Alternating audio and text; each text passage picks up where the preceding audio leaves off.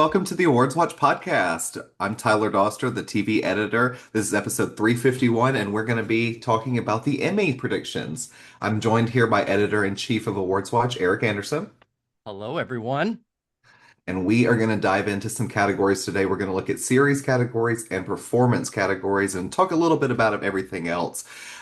With the Emmy nominations coming up soon, it's time to look at them and just take a look at what could be nominated, what's not going to be nominated, what has a chance and what doesn't. So, just before we get started in any of the categories, is there any one particular show that you're looking at this year to kind of have a standout year, Erik? Well, I think obviously we're looking at two main shows in the drama categories, and that would be The Pitt and Pluribus. The Pitt obviously did very well in its first season, but it had Severance and The White Lotus to contend with, which really kind of ate up so many acting nominations. And without those shows, The Pitt should be able to really blow up and hit some very high numbers. And Pluribus, obviously a very popular show as well, I think could do almost, if not better. Pluribus is going to be a fascinating one to see if we can overcome the Rhea Seehorn effect going into the Emmys, which is just let's get this lady nominated and see if she can win. Um, To start things off today, we'll go ahead and start with comedy series and work our way to limited and then drama. So, first up, we'll talk about outstanding comedy series. What do you think has a chance of getting nominated? What do you think is a lock? Well, I mean, let's go to locks first, and that would be Hacks as a returning previous winner here, Abbott Elementary, and newly Widow's Bay. I think those are really those are those are top three. And then I think there's some wiggle room with a lot of other possibilities. We've got the third and final season of The Comeback. Um, I don't know what to think about The Bear, honestly. It could go so many ways since it literally went, with 11 wins and breaking that record to zero the next year, going absolutely just like 0 for 10, I think it was. So there is just, I mean, once you're dropped at the Emmys, you're really, really dropped. So I fear and I wonder if the Bear is just going to struggle to get kind of anything here. Because I think it could be dropped, but Yeah, there are 8 spots, so it represents the only FX series. I think it could just kind of barely get in because there are so many first season shows like Argo's Got Money Troubles, which I think is a big potential player here. Shrinking obviously has grown kind of each year, so that should have a spot. And I know you have the new jury duty season in your predictions. I hope that happens. I would love for that to happen. It was so good. I would love to see that happen. what's funny is jury duty was the one that I put in and took out the bear. So I think to go on top of what you were saying, the Television Academy is that meme where the toy is being dropped that says, I don't want to play with you anymore. Um, like you said, once they've decided it's over, it's kind of over. And I really can't tell if they're going to bring this show back, if they're going to allow it to be in the comedy series roster with everybody else. But I do think that if anything, it will get to this, but I think maybe it'll get a performance. But I think with shows like Widow's Bay, like Shrinking, like Rooster, and The Comeback coming back, I think that it's almost safe to say that they might leave it out this year. Hmm. I mean, they let the Hunting Wives stay in comedy, so you know, I think That's I think fine. I think it could happen. The Hunting Wigs. Oh my God. They're hunting and they are finding these wigs like little Easter eggs. That's the whole premise of the show for anyone who hasn't seen it. Malin Akerman wears approximately 10 different wigs across the series. It's hilarious. Across the same episode. It's like not the same wig. And it's like, what is going on? Only an hour has passed. She's like complete like when her head goes forward and she comes back up wearing a completely different wig. Mm-hmm. Yeah, I think for me it's gonna be I think Hax is probably leading the pack right now, but if anything, I think Widow's Bay has the most attention on it right now. It definitely does. I'll also be really interested to see if Only Murders in the Building is a factor. Again, there's something kind of weird almost happening with that it feels like it that could go either way. Hmm. Um, and I don't know if Netflix can finally make Nobody Wants This, a thing, and how much. I don't know. I think with Nobody Who Wants This, for me, the first season was fine, and then the second season happened, and it was just kind of like, okay, we're still coming back to this, and it didn't really feel like it needs to happen. And then they announced there's another season coming. So I don't know if Mhm. people have a little exhaustion when it comes to that show, even though it's only in its second season. But I do feel like more freshman shows like Rooster and Margot's Got Money Troubles will be up there before that. Yeah, and that is a Netflix series, and they are definitely struggling in this category. I think they put a lot of chips into Big Mistakes being their big comedy player. Good luck. Yeah. I they put a lot of stock into something and then don't promote it at all, pretty much. Yeah. So I don't know what they think is going to happen, but not that. Um, moving over to lead actor in a comedy series. I personally think that even though we were just talking about Only Murders in the Building might not make it for series, I think Martin Short and Steve Martin are pretty much guaranteed their nominations as always. So that taking 2 out of the 5 spots. I do think that Matthew Rhys is looking at getting a nomination in this category for What Is Bay. It would be kind of astronomical if he didn't grab it at this point, just with all the attention around that show. Um, if anybody is going to get in, and if anything is going to get in for Rooster, I do think it's going to be Steve Carell, which I've mentioned before, famously never won an Emmy playing Michael Scott for The Office. I do think it's time for him to start getting more nominations, so I think this will be the time they kind of take over and let him do that. And then I think that last spot is kind of up for grabs, but I put in Jason Segel for Shrinking. Um, Last year they loved it. They gave a lot of nominations to that show. So I do think that's going to be in there. But we still, like we said, we do have people like Jeremy Allen White, the Bear. Like, are they going to still vote for him? Like, this is a previous winner in this category, and now it's someone they've kind of tossed aside. And then, of course, people like Tim Robinson for the Chair Company. Yeah, just terrific. He should be winning. The Chair Company was the most out of control show of last year. And me, you, and 3 other people watched it. Yeah. Well, I mean, it did okay with like, TCAs and some awards groups, but uh it I think there's a chance for Robinson or for the show to have a bit of a Nathan Fielder type of play here, which isn't a lot, but I think there's room. I don't We're not going to really dive into writing and directing too much, but I think that might be its play. I like that comparison. Nathan Fielder is a different kind. He's like the other side of the same coin of Mm-hmm. chaos.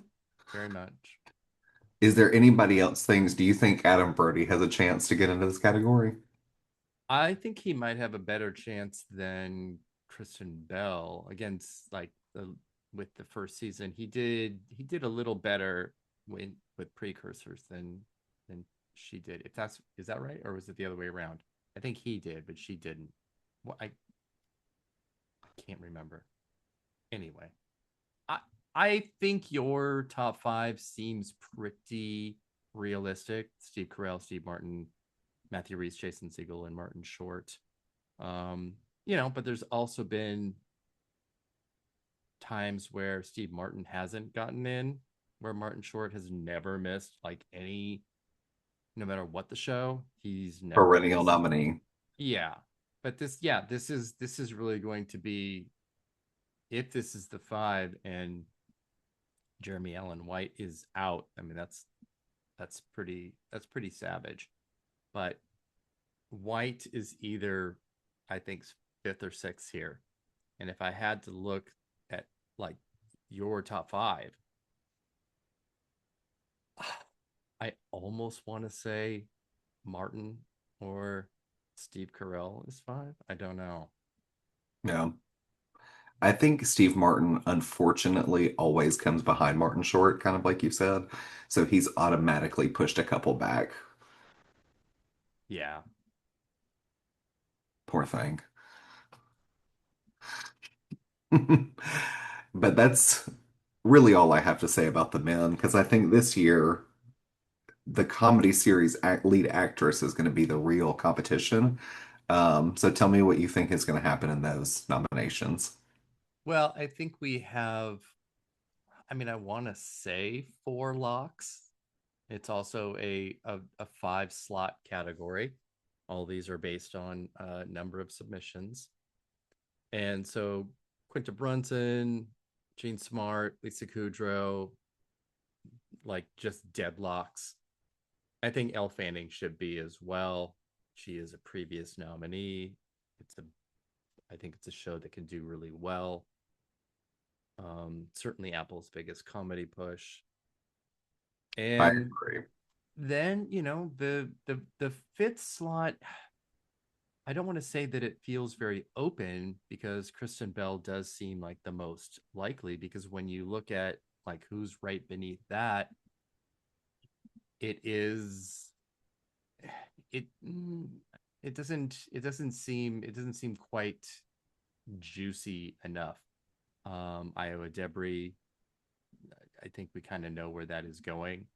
Um, I don't know if Rachel Senna has really the cachet for this category for a top five. Kristen Wiig might be a returning nominee here, but I don't think there was a whole lot of attention on this season of Palm Royale. So Unfortunately. then, yeah. So then, I mean, is it Jenna Ortega? Does Selena Gomez make it in just on the strengths of the show? The show isn't really at its strongest point, so I don't think so. I, Yeah. And hilariously, I mean, Selena Gomez is always just tossed up in the air while her co-stars are talking about pretty much locks. She has never been a lock for that mm, show. mm-mm. Um, which I guess is fair because she's doing that thing that she does, that one thing that she's really good at, which is kind of like monotonous mumbling You and mean sarcastic. the voice that sounds like this? That's what I love she's her good on the at. show, but it's It plays to that her is strengths, I will say. is that a Strength. plural? Ooh, well, we said Yeah, it. correct. Because, the show also doesn't push on her to sing or anything, thank God. So, but I am looking forward to the war between the gays for Lisa Kudrow and Jean Smart this year. You know, I mean, yeah, it's mm, I I have a hard time, seeing, we're not even in the post nomination stage yet, but I have a hard time seeing Gene Smart losing. It's feels like an impossibility. And I'll be happy when she does win. I would love for it to be Lisa Kudrow though. If Jean Smart wins, which I think you're right, I think there's a very good chance. I really hope she gets on stage and goes, "Well, I got it." Oh my god, that would be terrible and funny. I think that would have just enough menace in it to be Mm-hmm. hilarious. Um, yeah, I think you're right. I think most of those are at least four of them are locked this year. Then that fifth is kind of like, who are we going to be looking at? I personally put in Kristen Bell, like you kind of already mentioned, but we'll have to see going forward who they bring it up with. Yeah, Um, it just doesn't feel like anyone really outside of that is strong enough. It's not. It's also, I want to say, not a really strong year for this category. Most of this category is on the strengths of the people who will definitely make it. Exactly. So, moving over to the ladies of supporting. Um, I think Hacks is also going to take up a couple spaces here, of course. Meg Stalter, Hannah Einbinder. Abbott Elementary always has Shirley Ralph and Janelle James. I wouldn't be surprised for them to make it. Um, AwardsWatch readers will be just thrilled to know I've put Kato Flynn in there for Widow's Bay.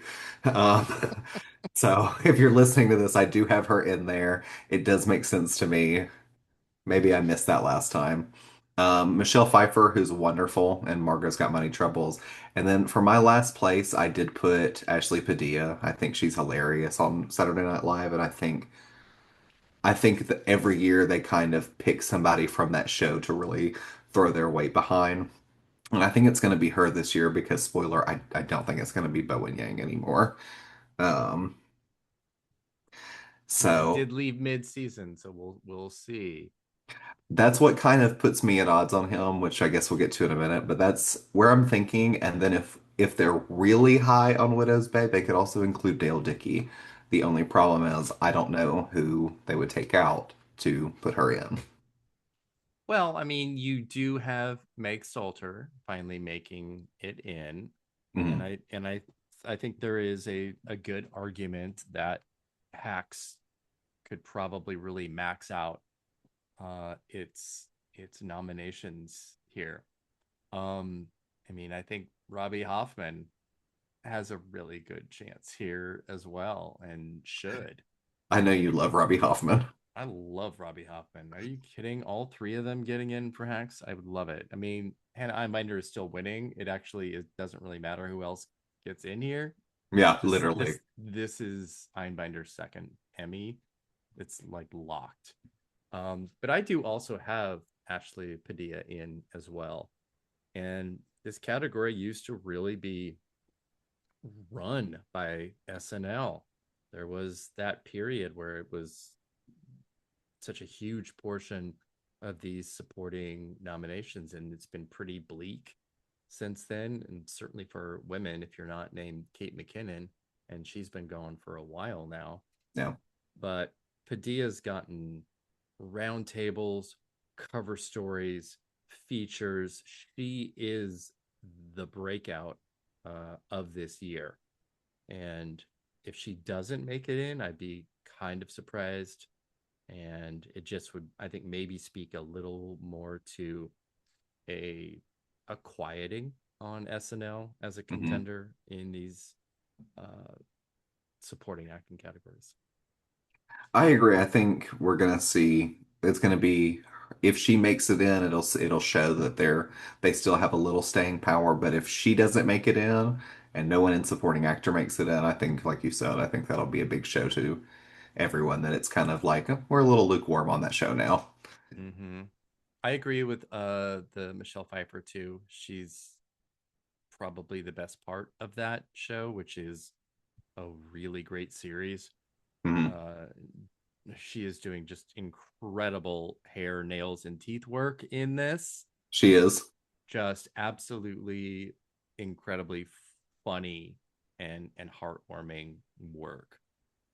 Um, and yeah, Kato Flynn.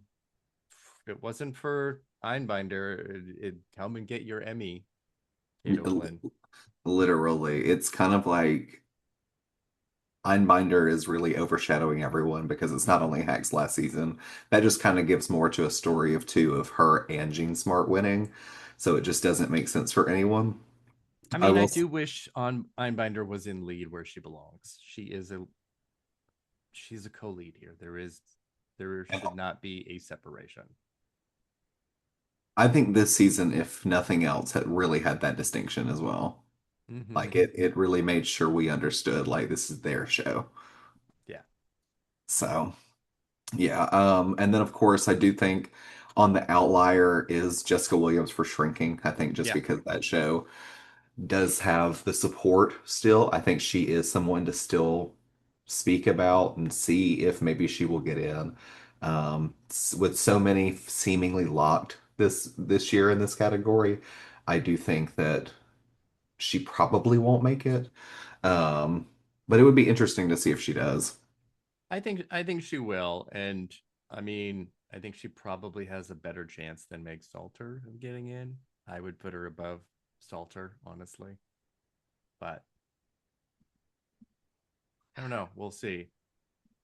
Well, I can't be super upset with you about that, but that's This will because be I am. also interesting too because Liza Colón-Zayas is one of the people doing the nomination. She is a very recent previous winner in this category.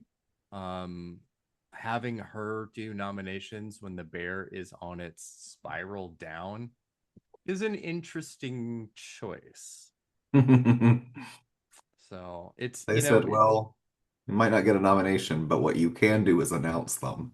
well, it's always a very risky thing when the Television Academy does this and they have announcers whose shows and performances are very much in contention Yeah. because it's an intentional guessing game, kind of that they're going to make it in because what will always happen is that their co presenter will say at some point during the nomination announcement, oh, and by the way, you got a nomination for this and this.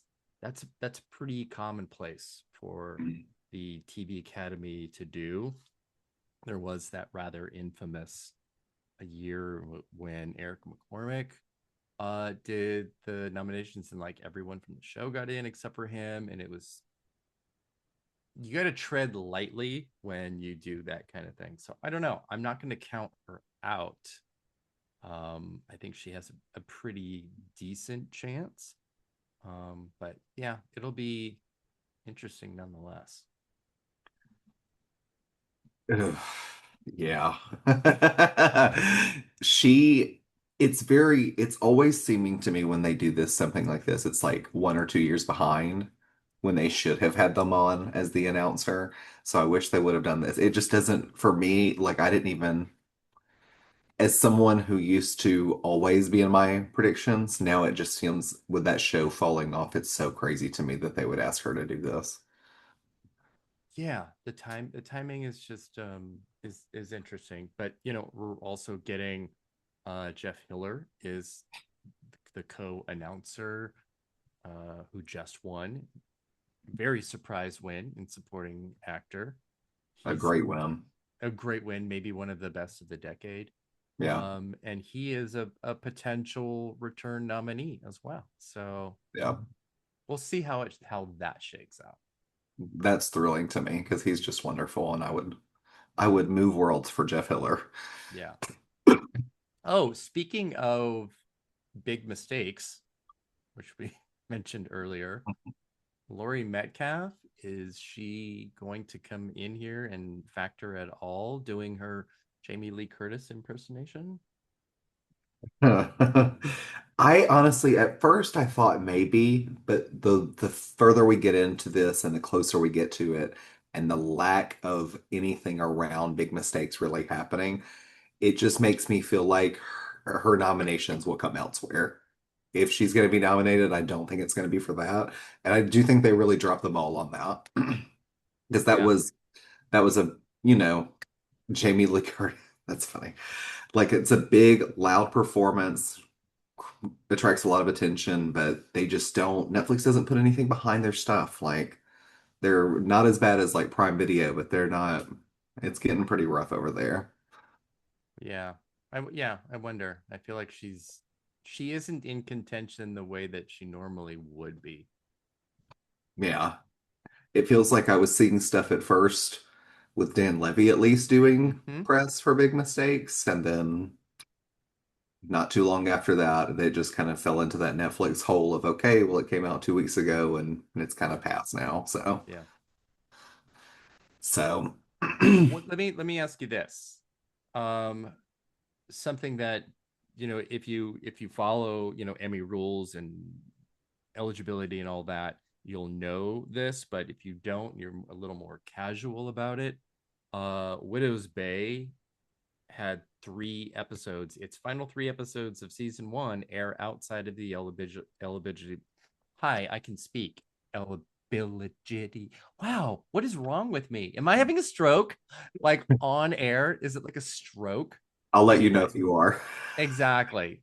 Anyway, those 3 episodes are not going to be counted for this year's Emmys.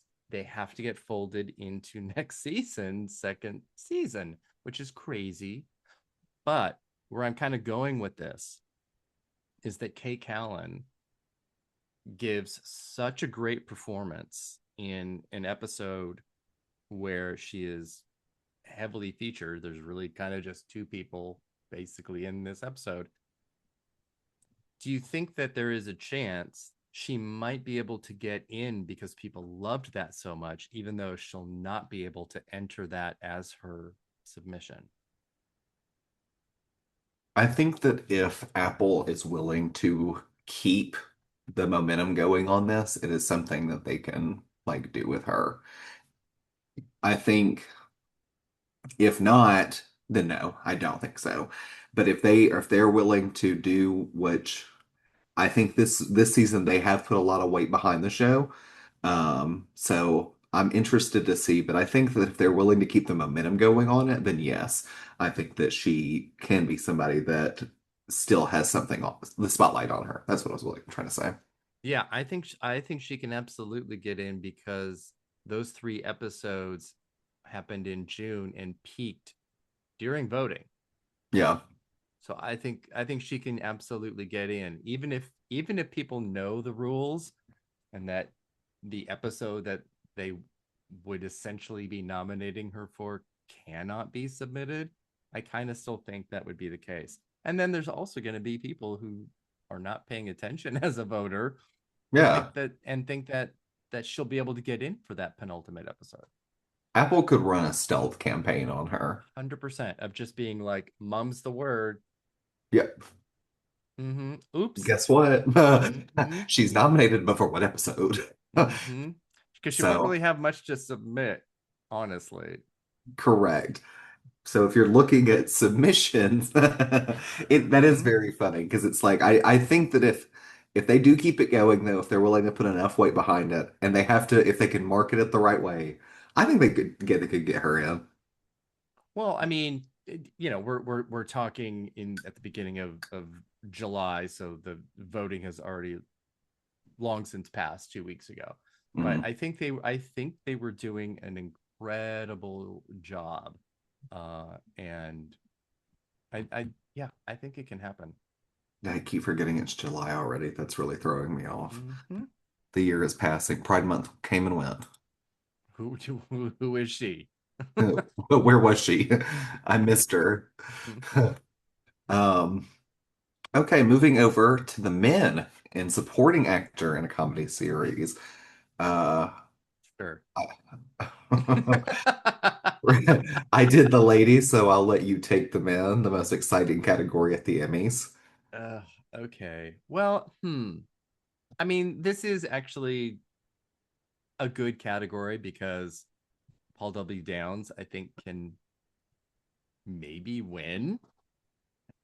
I mean, he is already a winner for the show for behind the scenes. I think he could be a player in front of it too. So I think he's in an outstanding position here. Harrison Ford, obviously very beloved. Not enough to give him a win here, but he's certainly going to be here and joined by Michael Urie, I think. Um, then it's kind of where it gets a little tricky. I do think that Widow's Bay is going to play incredibly well. So I think Stephen Root is getting in. I think he's here. Yeah. Um, I don't know how much attention there was for the Four Seasons second season, but Coleman Domingo, he'll be getting in for Euphoria. a double nominee, sure. I think that can absolutely happen. I hope Nick Offerman is, I hope this is one of his nominations that Mhm. happens next week, because he's absolutely incredible here. And then there is that weird who is returning of like Bowen Yang and Tyler James Williams and Eben Moss Backrack. I don't I don't know. I don't know. For Evan Moss Backrack, is the Television Academy going to say who? I hope so. Oops. Oh, thank God. Um, yeah, I really hope that Nick Offerman gets in right here. This is probably one of my this is where I break apart from predicting and wish very hard. I do think he's got a great chance anyway, but I kind of need him to because I love that show. Um, I do think it's funny that Tyler James Williams is always on the cusp of the nominees, but Chris Perfetti has really never been there. Yeah, it's Um, too bad. I was thinking about this probably a month ago, where I was just like, wow, it's very fascinating to me that that show gets so much love, and that one character, like, I mean, they just don't. They act like Perfetti's not on that show sometimes. Um, He but sort I of do. is in the same place as Lisa Ann Walter, though, where you have everybody else has gotten the attention from the beginning, and Mhm. they've just kind of stayed with it. Yeah, they've just kind of stuck with it. Um, I am excited about Paul W. Downs. I do think I'm kind of on the same page as you. I think that if there was a year he would finally win, it would be this year because I think that Hacks is probably going to come through and really take most of the categories it's in. It would be surprising, and even though we're not going to talk about too much with writing and directing, those are Hacks's bread and butter categories right there. Yep. So. I Yep. think on top of those, on top of Jean Smart probably being the winner for her category and Hannah Einbeiner being a lock, that really just speaks even more for him to win finally as well. Yeah, I think so. I think so. And I hope so. So, I do think it's funny. I'm still thinking about Robbie Hoffman because the best line of the season was for me. I think it's in the premiere episode 2. It's when Jean Smart's like, "I like this young man." I swear to God, that that line is so damn funny. And what I think Robbie Hoffman could have submitted in either of these supporting categories and have an equal chance of making it in. Yeah, she's so funny on that show. She's just terrific on everything she's done. I'm obsessed. Yeah. The whole EGOT episode being her brainchild of knowing exactly how like to manage it. My God, that was speaking right to my soul. I have decided to EGOT. That's one of my favorite lines of the year too. Um, all Incredible. right. No, all right, no more laughing. We're done with that. We're moving on to the limited series categories, which are not as funny because they include Half Man. Are you kidding? That was the laugh riot of the season. It kind of okay, but if you really watched it and you were on the same wavelength as that show, it was very funny. I mean, yes, and there are plenty of people who would hear that and think that we are extremely unwell. So, Well, sister, that is fine. exactly. Same sister. We're about to just stop the podcast and ask about our hobbies. So moving over to outstanding limited or anthology series now having to be part of it, basically because of Ryan Murphy. Um, I have the same five that I've had in for a while, which is The Beast in Me, Beef, DTF St. Louis, Half Man, and the JFK and Carolyn Bessette show Love Story. Um, I feel like that's who's getting in. I also have like on Outliers Monster, that Gain Story, Black Rabbit, and All Her Fault. The other ones feel like more performance contenders for me though. Whereas these five that I've put in here, I think for me, round out not just the performances, but everything that the Television Academy is going to be going for, especially Beef, which has been here before. Yes, and I I think it's I think I agree with your five. Um, it still kind of blows me away that DTF St. Louis has been such a huge critical favorite. I didn't really see that coming. Yeah, Um, me neither. yeah, based on your review, absolutely. Mm-hmm. I remember Uh, reading the first reactions and being like, oh, this is not how I reacted to this show. Okay. yeah, and I mean, especially David Harbour, he's just kind of really been the yeah. So yeah, I think that five feels really good. I'm probably the most uh cautious about Half Man, and it's I think there is just kind of a level of brutality to it that might be just a bit much Mhm. for people. And it's always going to be difficult when you have a huge breakthrough with something like Baby Reindeer was, and then your follow up either doesn't have as good reviews or just I don't know that there's something that feels off. I loved it. I think it was an absolute A series. But I think it is the most vulnerable of those five. Um, because, I wouldn't discount Black Rabbit or Death by Mhm. Lightning or Monster to Mhm. make it in. Yeah, I'm actually surprised you said Half Man because I thought you were going to say The Beast in Me because that's for me, one of the most fun. Yeah, And I, no, it's great. And, Claire Danes and Matthew Reese, I mean, there's just the potential for so many double nominations in the there, acting categories this year. there are, it's kind of crazy because in a lot of mine, whenever I was putting them in, I was like, well, wait a minute, do I think they're getting nominated here and somewhere else? And the answer was usually yes. Mm-hmm. Um, yeah, and I think I know that Netflix is kind of doing a push on Lord of the Flies as well, so maybe that's in the stratosphere of getting nominated. Um, but I feel pretty good with these five. If I were gonna take any out, it would probably be The Beast in Me. Only for something like Black Rabbit or Monster, though. I think those would be the only things I would think would be able to replace it. Yeah, and there is a scenario in which where the first season of Beef was such a huge Emmy juggernaut that this second season, which for some people did not live up to the first, uh, might struggle a little bit. Yeah, even though Beef was incredible, I do agree. I agree with that because I hope that it gets all the nominations it deserves, though. But it's crazy that DTF St. Louis feels like the safest one here. That's what it bothers my soul, but you're right. Like it really irks my soul, but Yeah, it feels like the safest in almost any category it's in. yeah.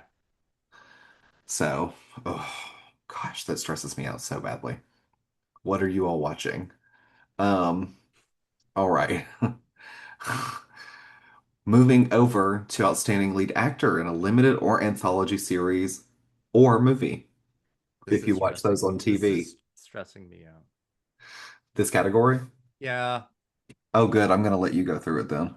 it's stressing me out because this is, I mean, I want obviously Jamie Bell to get in here. He should. I think nobody really went to the far reaches the way that he did.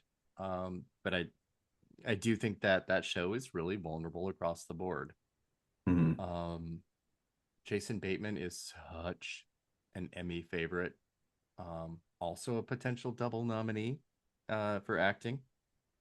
Um, Imagine saying that 10 years ago. I mean, I don't know where you were when he won the directing Emmy. That really shocked everyone, especially him. Yeah, Great reaction. I love his reaction shot. his reaction kind of mirrored mine because I was like, "Oh, I didn't know we were doing this," and he said the Hmm. same thing. Exactly. That's like when Dexter won. It was just like, oh, okay, sure. But I love it. I Not love mad, when they but do a little bit of that. And they just did, with slow horses too. Mhm. So, they're very willing to to fuck around with what we think is going to happen. I'm still not But over. I'm still not over. I remember we've already talked about it, but the Jeff Hiller of it all last year. That was one of mhm, my favorite surprise wins, pretty much of all time. crazy. Yeah. Oh, great speech too. Oh my God. So, all right, this category, 5 spots. Again, just five, but classically five, not 6 and 7 and 8, Yeah. like the sliding scale is now. So I do think that Bell will make it in. Oscar Isaac should be able to as well. I really think Bateman is in uh over Jude Law.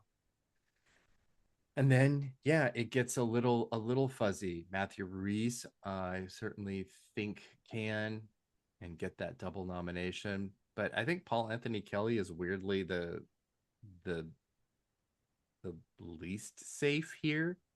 Certainly Yeah. most of the attention around the show was for Sarah Pigeon.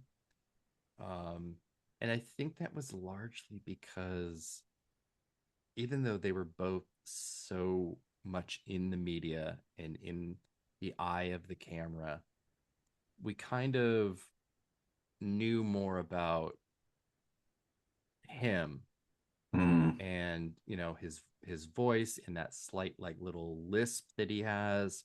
So there was a familiarity with him that I think puts Paul Anthony Kelly at a bit of a disadvantage, even though he looks pretty much as anybody possibly could as JFK Jr. So Carolyn Bessette, I think, and Sarah Pigeon playing her had a little bit more freedom and a little bit more of a creation. And she's Yeah. certainly gotten more positive attention for it. And kind of like a peek behind the curtain for that character, Mm-hmm. as opposed to someone we already were aware of and knew Mm-hmm. about. Yeah. Um, but yeah, those are pretty much my five. I agree. I do think that what you said about Paul Anthony Kelly is right because everyone else for me feels like a lock. I'm a little bit more in on Half Man getting in than you are, I think. Um, Not that I think they're less safe, I guess. I'm just I'm more going with I think that after Baby Reindeer that they're going to go with this show, even though obviously I don't know, but that's just my thought process. Mm-hmm. Um, so I think that's lead actors in this category is usually pretty stressful. But I don't think, like you said, I don't think Jude Law either has the same staying power with the Television Academy that Bateman does. So if anyone's getting in for Black Rabbit, it's going to be Bateman. Yeah, Law is not the spoiler here. I mean, the spoiler is probably Charlie Hunnam, but because those shows do very well, at least in the acting categories.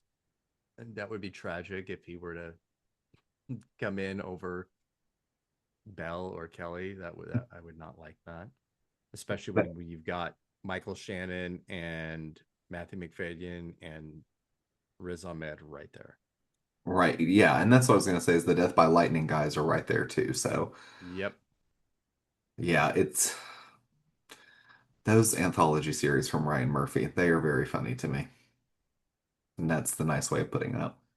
I mean, they just do well. They play very, very well. They do. They're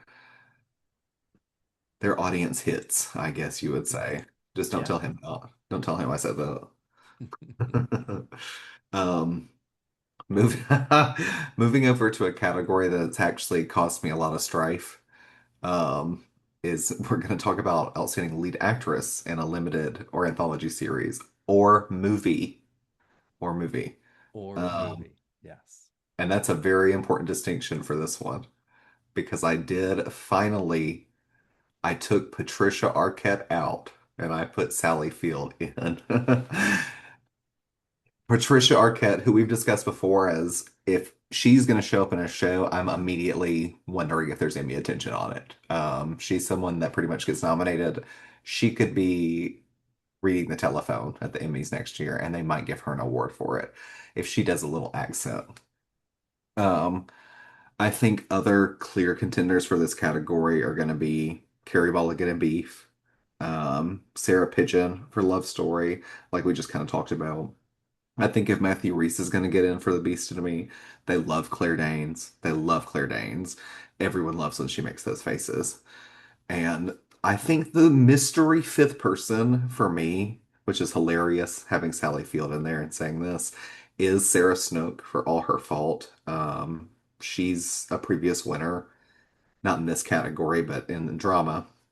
And I think it would be surprising for me for her not to get in, but if it was to someone like Patricia Arquette, I wouldn't mean it wouldn't strike me as that um different. And then there's of course people like Kerry Washington for Imperfect Women, who Apple TV has done a little bit of press for. I think they're kind of seeing if they can just ride the wave put on by those three women, but I think that's kind of where I'm going. I don't even have a clear winner in this category. And honestly, for me, less of this category feels locked than the men. Yeah, I think I might be in agreement of the same top five as you, but maybe in a different order. I do think Sarah Snook should be pretty secure here. Um, she's gotten all the nominations that she needs to as precursors here. She won Critics' Choice, which was a little bit of a surprise, but she hasn't been able to win anywhere else. So this is the last stand, really, for her here, because SAG, Critics' Choice, Golden Globes all already happened. But I think she should be able to make it in. Um, the one I'm keeping on my eye out for is actually Tessa Thompson in His and Hers, which Hmm. absolutely one of the most popular limited series for Netflix this last Hmm. season. Huge numbers. It's a terrible show. It's one of the It's worst horrible. It's worst. horrible. The twist is so terrible. It's a bad show. Um, but I don't know. Those numbers may not lie for being, a real populist show. And yes, Patricia Arquette is basically the Beetlejuice or Bloody Mary of this category, where we have already said her name twice. And if it happens one more time on this podcast, she's in. So I'm Yeah, just gonna leave it right there. I can actually see her behind you now. Exactly. I don't even want to say another P word just to accidentally say it. Right. She's like a specter haunting this category, Mm-hmm. just walking Absolutely. around with a lamp. Um, Absolutely. Put her in Widow's Bay. please don't.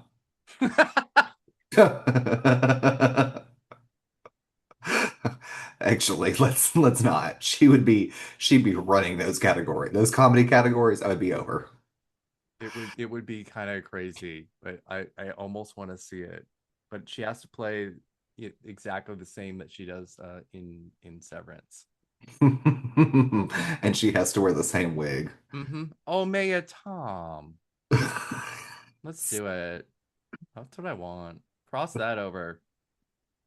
Please don't. Please let this lady just no. I don't want that. We're moving on Okay. to the We supporting we got to categories. move on. We're getting way too close to invoking. Yeah, if we say it one more time, it's over. So let's see what we want to do. Supporting actress in a limited or anthology series or movie. Um, Eric, what do you think we're gonna see here?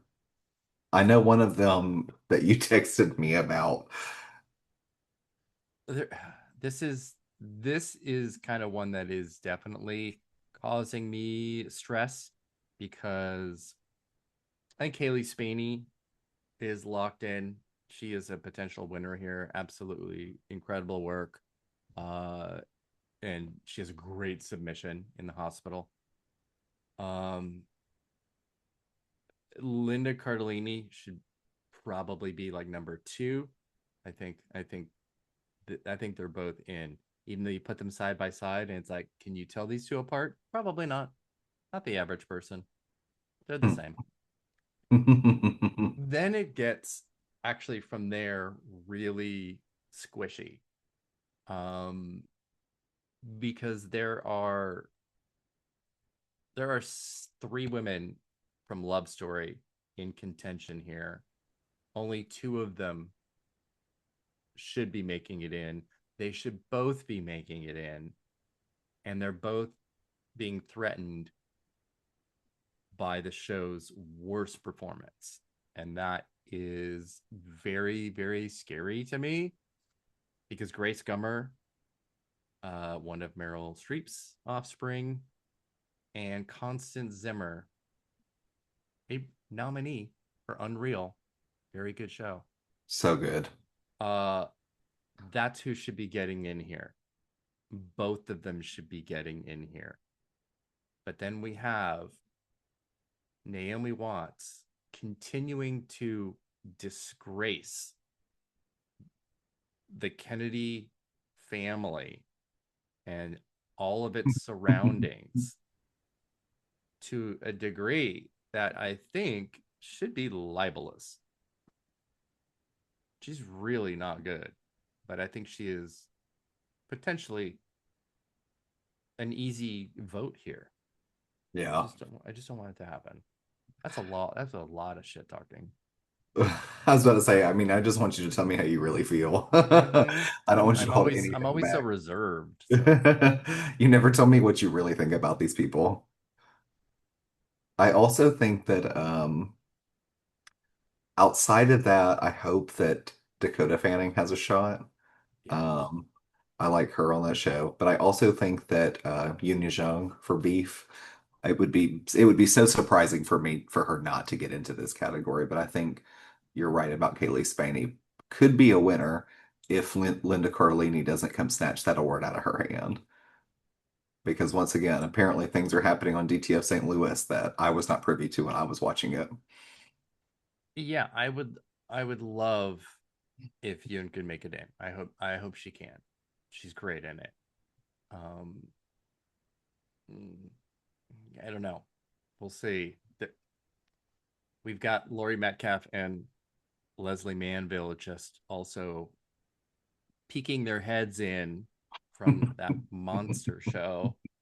Um, I don't know. It'd be kind of fun if they both got in. They both just won Tonys or like the Olivier Awards. I think that'd be kind of fun. I think it'd be kind of cool. So now we're just talking about the fun. Mm-hmm. I love it.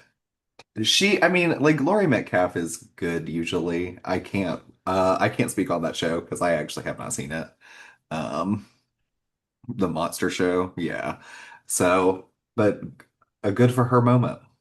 Good for Yeah, her moment. it's apparently not about the energy drink. It's something else. I was not aware. But it still invokes the devil. It does. So, um, for supporting actor in a limited or anthology series or movie, almost the exact same set of shows I have being represented, other than Richard Gadd for Half Man. So I think he's in there. I think the Beef guys are in there, both Song Kang Ho and Charles Melton. Um, and then I guess both the guys from from DTF St. Louis, David Harbour and Emmy favorite Jason Bateman. And then there's that sixth spot. And I have Alessandro Nivola right now for Love Story. But I do think that Nick Offerman for Death by Lightning and Richard Jenkins for DTF St. Louis are still right on the outskirts of this nomination group. Just looking right at them, thinking maybe we can do this too. Oh, I have all three from DTF getting in, That's so funny. That's so all of them, crazy. and then Nick Offerman, Charles Melton, and Alessandro Nivola.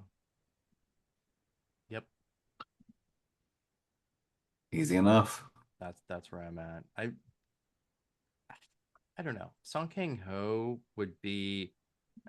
I think he can get in if this second season of Beef is as strong as the first. Not sure it's going to be though. That's kind of how I'm playing it with my nominations is if they are gonna give it the same treatment they gave that first season. I don't think they're gonna. I'm not. I'm not. I'm not feeling it. So with that though, that means. Ooh, did I? Yeah, I don't have Richard Gadd in. Hmm. Oh, Hmm. Because of the three DTF guys. Huh. I may have to change that. sister, that is between you and HBO. I know. See this? I've got double Nick Offerman. I've got double Jason Bateman. Offerman may be the the one I can give up for Gad. It just doesn't even seem right that Gad would not be in. It's Hashtag got. give it up for Gad. I'm telling you, it's got physical transformation. It has all these like fun and juicy things. But then there's also Jonathan Banks in The Beast and Me. He's peeking around that corner too, being sneaky. He is. He said, hey, I've been here before. Mm-hmm. Exactly. Can I come back? Yes. Oh, so I don't know. This this this could be a category like supporting that could use 7 slots, but it ain't getting it. Well, not if we're going to give them all to DTF St. Louis. This is not my choice. Mm-mm. My choice has been taken from me, like it If was you the government. if you would have told me when I watched the screener episodes of this season, it would have getting all this attention. I truly would have thought you were kidding. I would not have thought. Yeah. Oh, it's got me stressed out. I I do don't know. think that Yeah. Go ahead. I was just gonna say I do think that it would be fun if Nick Offerman got 2 nominations this year. So I wouldn't be upset if he got in for Death by Lightning, especially over like I think I have Song Kang Ho in for, mostly name recognition and Beef just really doing well. But I do think if he does get in, um uh he has a weakened position there. Yeah. I mean, I don't think I'd be willing to take Charles Melton out of here. He is fantastic. He has the show's final shot and scene, and he's amazing in it. I hate the idea of taking Offerman out because his performance is so full of range. He plays drunk half the time. He cries a lot. He has a fantastic character arc and turnaround. Um, Honestly, the person that feels the strangest here, but kind of is on every list is Navola. Mhm. I don't there's not that much to his Calvin Klein, which is not against him as a performer. There just isn't that much really there. I think for me, it's kind of seeing how much they're going to jump into this show for its first season. Um, and I think I know that's where my mindset is going from it, is I think that he'll just get in for who he's playing, him being himself, and not him being himself, but like him being who he is, and also Yeah. the Emmy tendency to kind of, when they go in on something, they really go in on it. They start checking boxes with the same name. They're like, oh, Mm-hmm. time to do it. Yeah. Something. Yeah. It's yeah. Something is odd that's kind of happened where he's on every list. He's on everyone's predictions, but it's like, should he be? But no one can tell you what he did on that show. Yeah. It's just again not bad, just okay. And you're not willing to part with that so that Nick Offerman can't get in. Well, so here's the thing, because I'm over at the Ankler with official predictions. as we are recording this now, and I'm looking at them going, is this right? Does this make sense? How is Richard Gadd not making it in? So I think I'm going to have to make some changes very on the fly right now because something isn't making sense. Something's not sitting right with your spirit. Exactly. So I'm gonna have to. I think I might have to take Nick Offerman out. He's the one that has to come out. I mean, you heard it here first. Like, this is live. It is. I'm changing it right now. So sorry, Nick Offerman. I hope you make it. I hope you get 2 nominations this year. Mm-hmm. You deserve it. Absolutely does. All right. Well, that's enough of limited anthology and TV movie. The only TV movie really I was thinking about ever is the Sally Field octopus drama, Remarkably Bright Creatures. Which is really, Uh, really good. I wish Lewis Pullman could get in because the scene with him and her on the bench at the end is so gorgeous. I still need to watch that movie, but I'm going to do it before nominations. You're a monster. How could you not? It's beautiful. It's it strikes me as very sentimental and I'm scared. It is very sentimental. Oh, Very. oh, that just with the stuff I usually watch, that just almost bums me out. Yeah. It's you put Half Man on and then you put Remarkably Bright Creatures on. You're like, Oh, we live in a strange world. all right. Moving on to the final genres at the Emmys, the drama series. What do you think we're going to be looking at with these 8 slots? All right, eight slots. I think I would probably feel pretty good about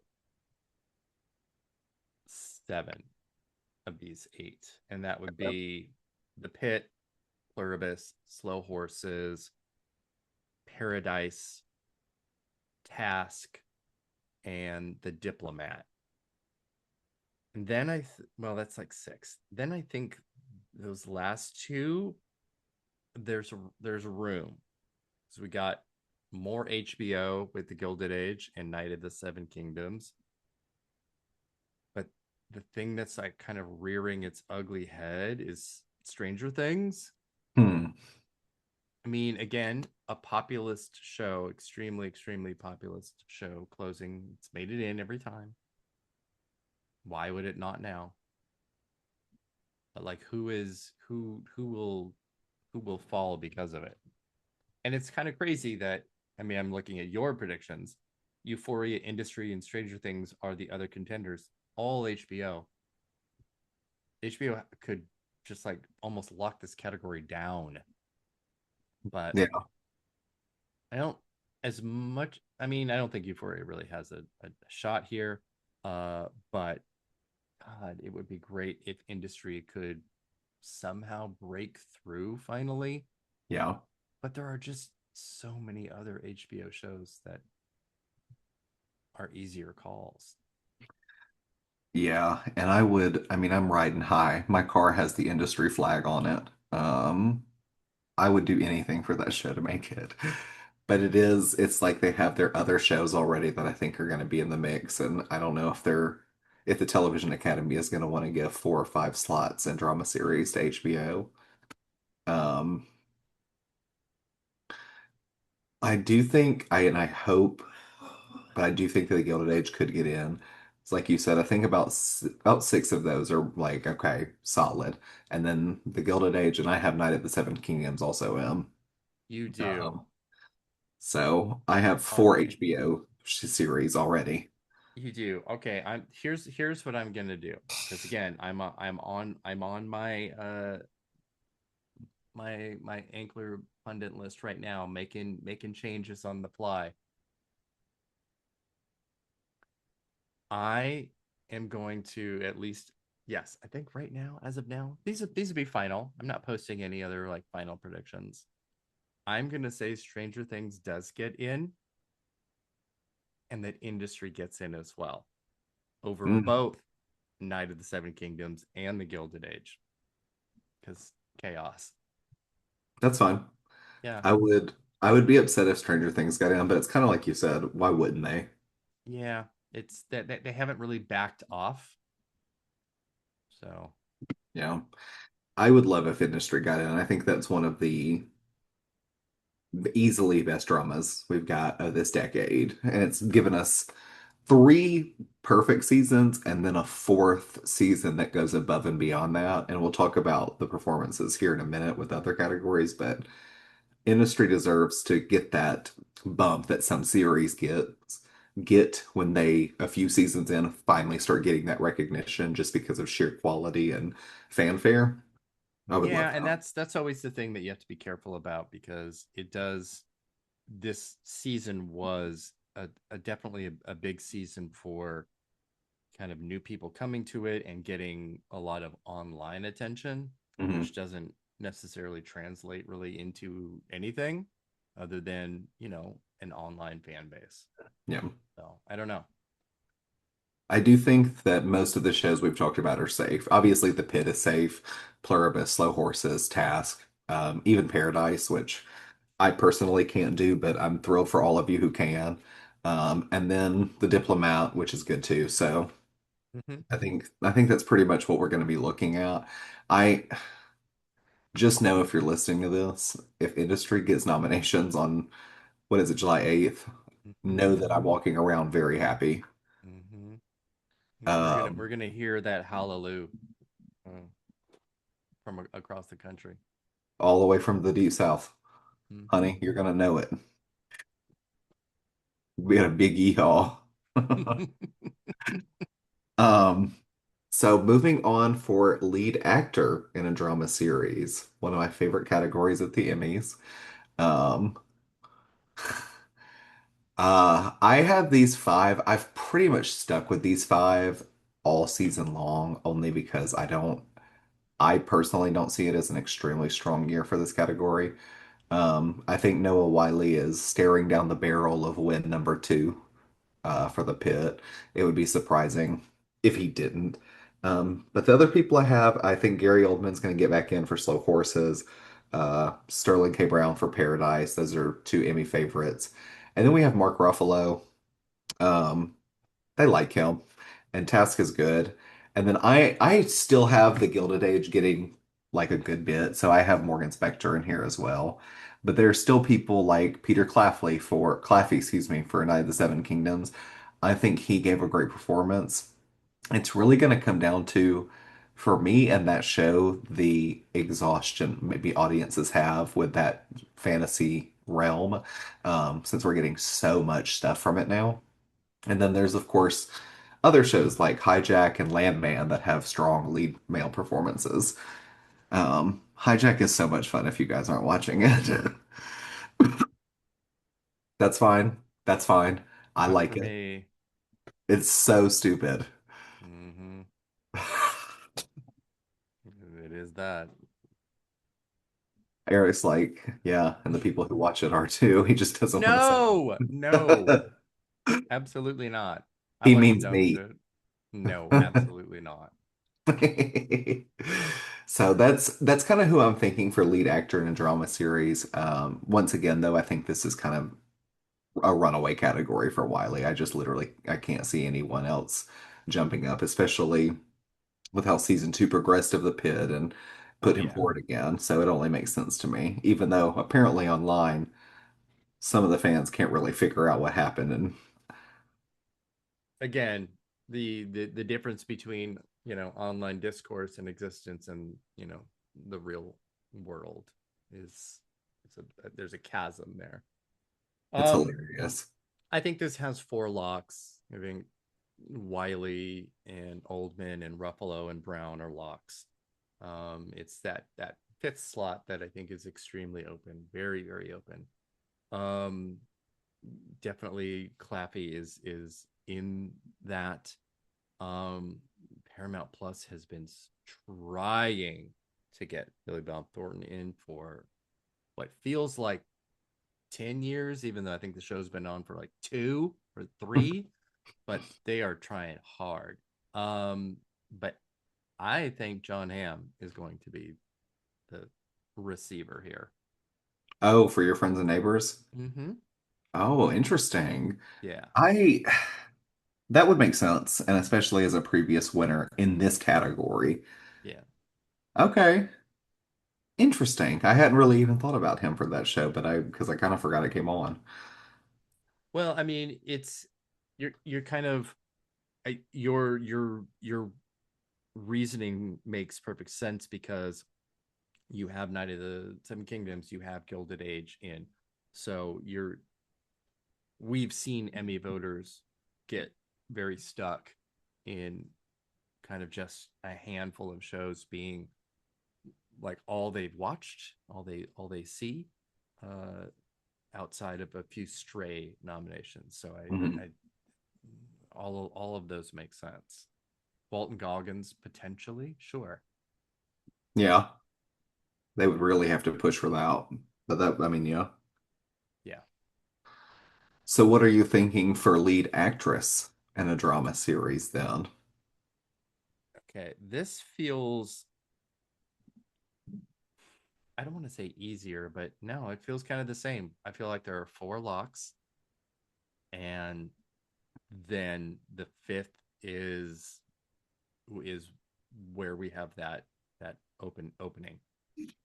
So Zendaya is coming back to three-peat.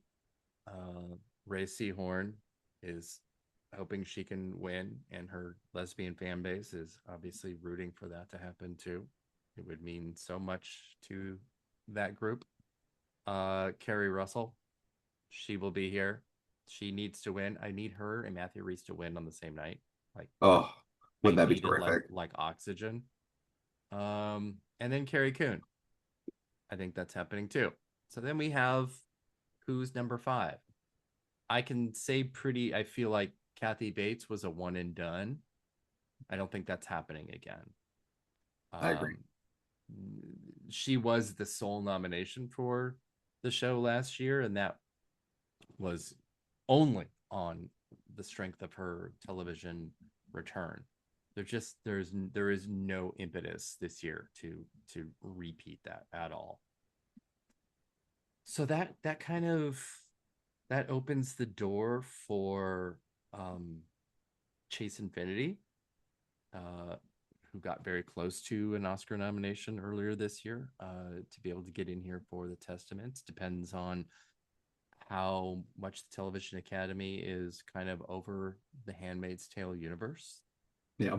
Also, a show that peaked so early in one series, and then just kind of did a nosedive.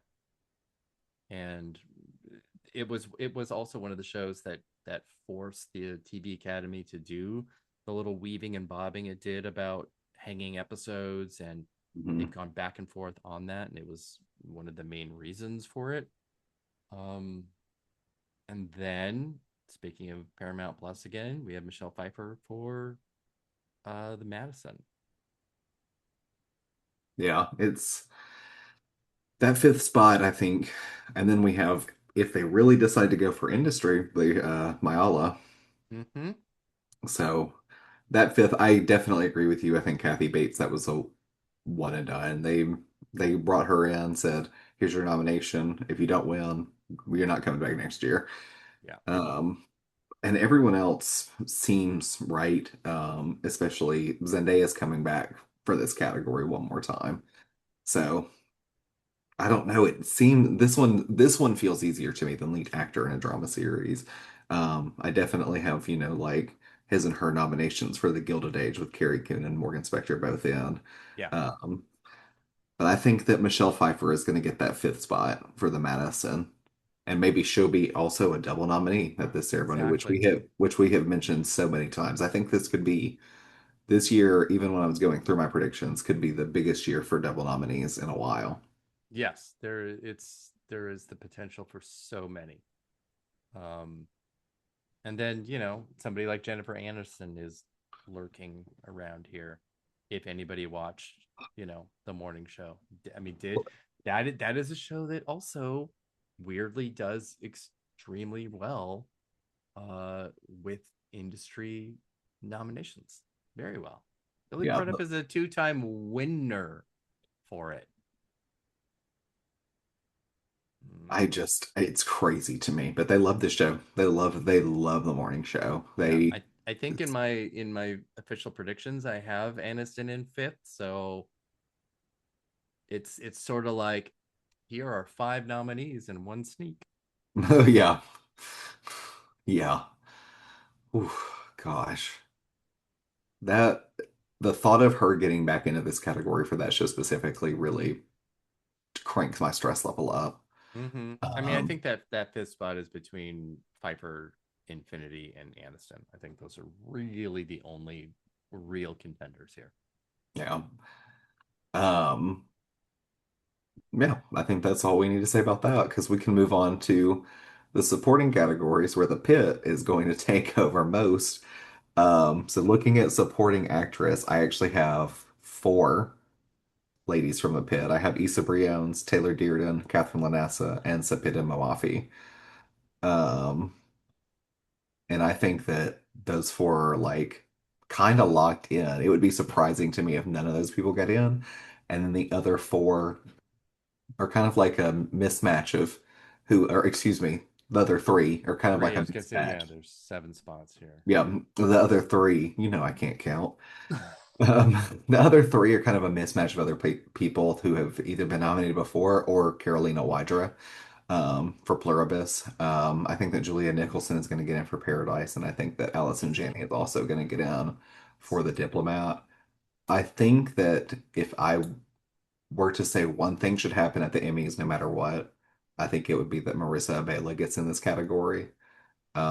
What she did in episode 2 of season 4, the other girls were not doing that on their shows this year. And if you really want to nominate the best, that's it right there.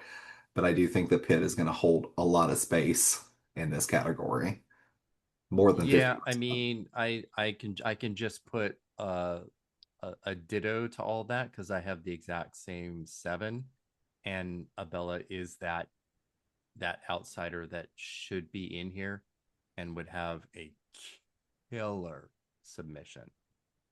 Oh, it wouldn't if we were going off of submissions alone, she would win.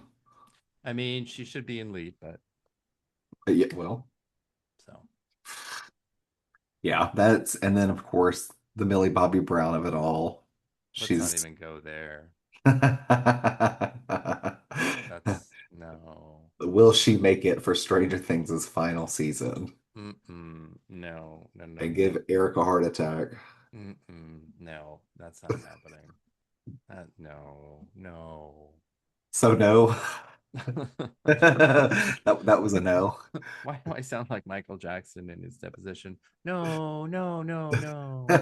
Yes, no. God, Anyway, not Michael Jackson. I know. Lord. And then Yeah, this category feels pretty tight, pretty locked in. this one was one of the easier categories to go through because, like I said, when you put 4 out of the 7 as people from one show, you Yeah. only have so much room for the rest. And it's with these specific women, it only seems natural, the natural progression to get them nominated again. And Yes, and then again, Carolina this Whyte is out. this is a category where the pit benefits from the White Lotus and Severance being gone. Yes, for sure. And So this who could would you say of the seven is the most vulnerable then? honestly, I would say probably Taylor Dearden for the pit. I think that even though she gets a lot of attention for this show, this season was a little bit less for her. So she wasn't giving us as much as she was last season. She was still terrific, but I think if anyone in the 7 has a little bit of weakness in their party, I think that's going to be it. I think both her and Briones are Mhm. the weakest links here because their arcs and storylines aren't as uh, interesting this season one. And for Dearden, hers really happens off screen because Yeah, the whole thing is building up to her deposition, which we can't see because we never leave the hospital. yeah. I mean, except to go out right outside of it. So we don't even have the chance to kind of see that. And really, her sister kind of fucking mogs her like over and over again. Does and does. So I don't know. Her sister, Tal Anderson, kind of shows up and makes every scene her bitch. It's not funny. It's not cool. She really takes over every scene. I'm like, oh, get up off the floor, Taylor Dearden. She's great because she's like, "Oh, I heard Gen Z doesn't have sex." Well, they do because that's all she wants to do. Li- Literally, she's like, sister, Mm-hmm. leave me be. I'm gonna go hang Exactly. out with this man. For real though. And then, of course, outstanding supporting actor in a drama series. Another seven. What are you Okay. thinking? Okay. All right, let me look at my list. This is maybe, yeah, considerably less um solid than supporting actress. It's still going to be Pitt friendly. Patrick Ball, Howell is Karen Howell's getting in. I think they're both getting in. I think we're gonna finally see Tom Pelfrey make it in after being so horrifically snubbed for Ozark, where he should have won. Sean Hattasey has graduated from guest to supporting. He's absolutely going to make it in. So that's three Pit Boys. Billy Crudup, two-time winner. He's not going to miss here. Jack Loudon, I think, will be in. So that's one, two, three, four, five, six. Right there. That is six. Who is seven? Who is it going to be? Um, this is where I think the industry will actually be able to make it in. And I think Ken Lung is going to be able to crack this. Oh, really? Wonderful. I I think so. If it's not, then it's probably James Marsden in Paradise, who also goes from guest to supporting. I also have Carlos Manuel Vesga for Pluribus up there. Yes. If That they makes just perfect sense. if they decide to go that route with Pluribus in the two supporting categories, if Carolina Watcher gets into. Yeah. And then I actually don't have Garen Howell in my predictions for making it. Blasphemy. Okay. Right, I know that just told you a lot. Okay. Sure. No, I know I'm looking at them right now. I can see that you don't because you please tell the listeners who you do have in. I have I have in Kurt Russell for the Madison because I think that they're going to go for that show.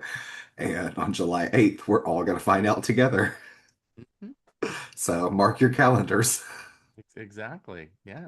I mean, you might have the crystal ball that none of us are seeing, and I hope that you do for that reason only, obviously. But yeah, we'll see. On nomination morning, I will be looking just to see if he makes it because of this Hmm. podcast. Yes. I mean, if he does, the blame will lie squarely at your feet. So Wonderful. I'm yeah. sorry, Aaron Howell. I didn't mean for this to happen. I would love for Kid Long to make it. He's so good in industry. he's he has a great episode to submit.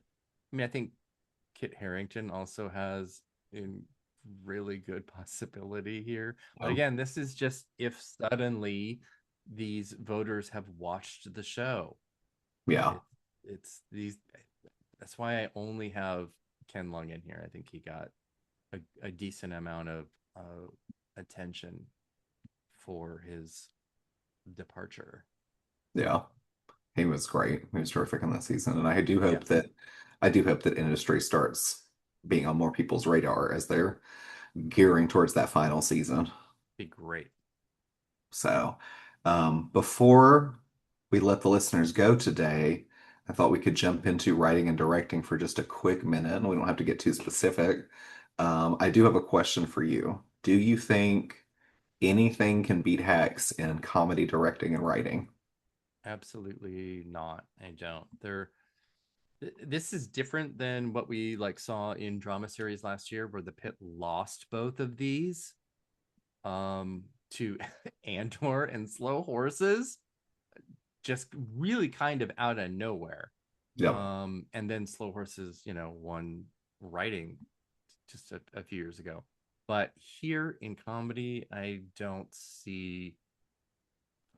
I mean, maybe Widow's Bay has a chance because there are several examples of the Emmys loving to give writing and directing to freshman shows.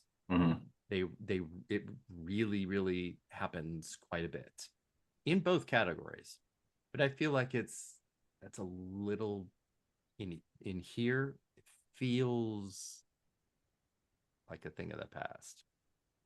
Yeah. Hacks is actually one of those winners. They won comedy writing and directing their first season, didn't they? Yeah, I mean they were able to upset Ted Lasso when that show was on the its biggest Emmy train. Yeah. So yeah, I yeah. And Hacks is a show that only submits one episode for writing and one episode for directing. I wish they wouldn't. I wish there was more for them. It's just the finale, which means we don't get like the Montecito episode, which I think is so hilarious. A I think series Hacks highlight. I think this if Hacks submitted like 6 episodes, it could get 3 nominations in writing easily. It would be the Mad Men of comedy. It could absolutely do that. And we'd be looking at like the comeback, 3 Hacks, Widow's Bay. Um I think Jury Duty should be able to get in here again like Mhm. before. Um did I say the comeback? Yeah. Um and like I mentioned earlier, if the chair company does have any type of sway with voters, this will be where it is. Yeah. And looking at directing and writing for drama series, where does your heart lead you? I mean, Is it going to be Pluribus and the Pit filling up as many slots as it can, as I they think it can? I think it's going to be potentially all Pluribus in the Pit and then Slow Horses. I think that's absolutely possible. That makes sense. Yeah, it'll be crazy, but it's completely possible. Like in actually in almost both categories, even more with writing. There's just a few like outliers for both of those categories. Yeah, Oh, it's going to be a pit fest, it really is. and we'll see if they actually win this year. I'm not going to count on it. Vince Gilligan does have a pretty good track record for his shows with writing and directing, so I wouldn't be too surprised for With Pluribus too. nominations, yeah. Yeah, yeah. I mean, better call who? Not the Emmys. Yeah, good luck booking any of those Emmys that you speak of. Mm-mm. I feel so Like bad for them. that's a pretty remarkable feat. It is. Like, and not in a good way. No, it's terrible and crazy to go from, the explosive success of Breaking Bad and then to a show that is equally nominated on the same level and then to literally never win. Mm. Other than like what was it, like the internet like short video something which doesn't really count. Yeah, no, that doesn't really count. Um, well, this has been another of our final predictions with the Emmys. We're going to be looking towards July 8th to see which of these predictions actually come to fruition, which ones we're wrong about, and which ones hopefully will be treated to industry. Eric, would you like to tell everyone where they can find you on the internet? Yes, obviously at awardswatch.com and on socials at Awards Eric on Twitter and Awards Watch everywhere else. And by the time you are listening to this, I think, no, because this is going up tomorrow. The next podcast we're doing is part one of our Best Supporting Actress tier placements. So we did Best Actress last year. We had to break that into two because each episode was like 4.5 hours long. And that was quite a exciting and volatile uh dual series to do. So I expect this to also have a lot of conversation, a lot of controversy. And yeah, I can't wait for everyone to hear it. Yeah, so everyone be looking out for that wherever you listen to your podcast. Like I said earlier, my name is Tyler Doster. You can find me at awardswatch.com for any of my writing on TV, including the written version of my predictions for the Emmy nominations. And you can also find me on Twitter at Tyler M. Doster. That is Awards Watch episode 351. Thank you for listening.